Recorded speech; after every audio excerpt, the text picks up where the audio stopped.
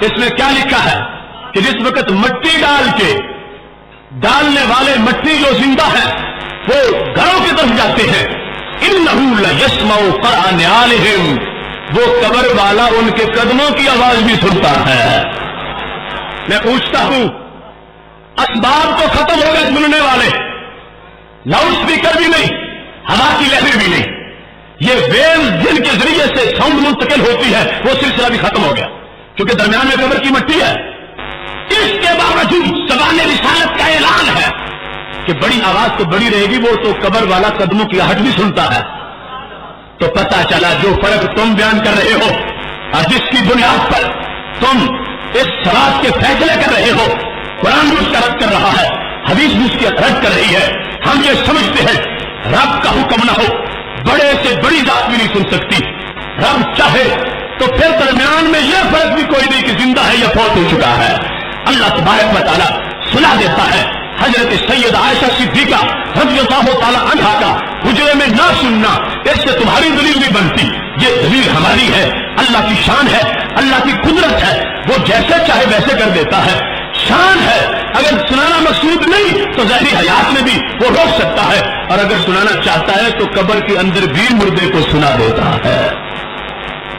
اب اگر فرق بیان کرتے ہوئے جو انہوں نے کہا کہ جو یوں سنے وہ اللہ ہوتا ہے، تو کیا مردہ قبر میں اللہ بن گیا ہے؟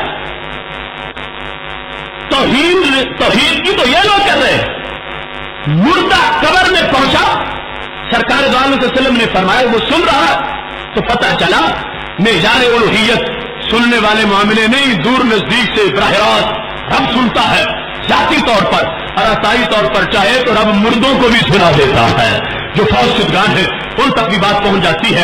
اختصاص سے یہی بات عرض کرنا چاہتا ہوں، یہ بخاری شریف کے بعد مسلم ہے، اس کے اندر بھی یہ بات موجود ہے۔ حضرت عمر بن عاص رضی اللہ تعالیٰ عنہ جو فاتح مصر ہیں، بہت بڑے صحابی ہیں، جرنیل، انہوں نے اپنے دوستوں کو، بیٹوں کو وصیت کی تھی جب میں فوت ہو جاؤں تو مجھے دفن کرتے وقت اذا دفنتمونی شنوا علی التراب شنا، مجھ پہ مٹی آہستہ ڈالنی ہے، دفن کر کے دوڑنے لگا جانی، ثم اقیموا حول قبری، میری قبر کے دل کھڑے ہو جانا۔ کتنی دیر تک؟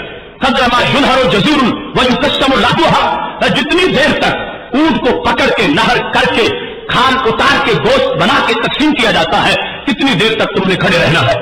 کیوں کھڑے رہنا ہے؟ حتی استأنس بکم وانظر ماذا اراجع برسل ربی، تم کھڑے رہو گے میرا قبر میں دل لگ جائے گا، تم کھڑے رہو گے مجھے جواب دینا آسان ہو جائے گا۔ اگر قبر والے کو باہر والا نظر نہ آئے تو پھر کھڑے ہونے کا فائدہ کیا ہوگا؟ اگر قبر والے کو باہر والا سنائی نہ دے تو پھر سوال کے جواب دینے میں آسانی کا مطلب کیا بنے گا؟ تو یہ صحابی رسول اپنا عقیدہ بتا رہے ہیں کہ اللہ کی شان سے قبر والا بہر کو دیکھ بھی لیتا ہے، بہر والوں کی آواز کو سن بھی لیتا ہے۔ ہماری سوچ یہ نجب میڈ سوچ نہیں، یہ صفا سے چل کے آئی ہے۔ یہ قرآن کا پیغام، یہ حدیث کا بیان، سید عالم نور مجسم شفیع معظم صلی اللہ علیہ وسلم کا ایک ایک جملہ، صحابہ کی آواز، آج تک حق پرستوں کا یہ دین جو معیار الوہیت ہم نے بیان کیا اس کی کہیں خلاف ورزی نظر نہیں آئے گی، جو انہوں نے بیان کیا اس کی ہر جگہ خلاف ورزی نظر آئے گی۔ اب میں پوچھتا ہوں ان سے، چلو اس میں تم نے ایک ایسا فرق بیان کیا جس کا حدیث نے رد کر دیا، مجھے فرق بیان کر کے بتاؤ کہ قرآن مجید برہان رشید کے اندر رب ذوالجلال یہ ارشاد فرماتا 18ویں پارے میں، اور سورہ نور کے اندر خالق کائنات جل جلالہ کا فرمان ہے، رب ذوالجلال نے اس بات کو واضح کیا ہے، ولولا فضل اللہ علیکم ورحمتہ ما زکا منکم من احد ابدا ولکن اللہ یزکی من یشاء، اگر تم پر اللہ کا فضل نہ ہوتا تم میں سے کوئی بھی ستھرا نہ ہوتا، کسی کے دل کا میل نہ اترتا، اللہ ہے جو دلوں کا میل دور کرتا ہے۔ لیکن اللہ یزکی من یشاء، دلوں کا زنگ کون اتارتا ہے؟ دلوں کا میل کون دور کرتا ہے؟ اے نوری دلوں والوں، دلوں کے زنگ کون اتارتا ہے؟ یہ اللہ نے اپنی شان بیان کی ہے۔ اب یہی انداز اس کو جا کے چوتھے پارے میں دیکھ لو، خالق کائنات جل جلالہ جس وقت ہمارے نبی علیہ الصلوۃ والسلام کی شان کو بیان کرتا ہے، رب ذوالجلال ارشاد فرماتا ہے، لقد من اللہ علی المؤمنین اذ بعث فیہم رسولا من انفسہم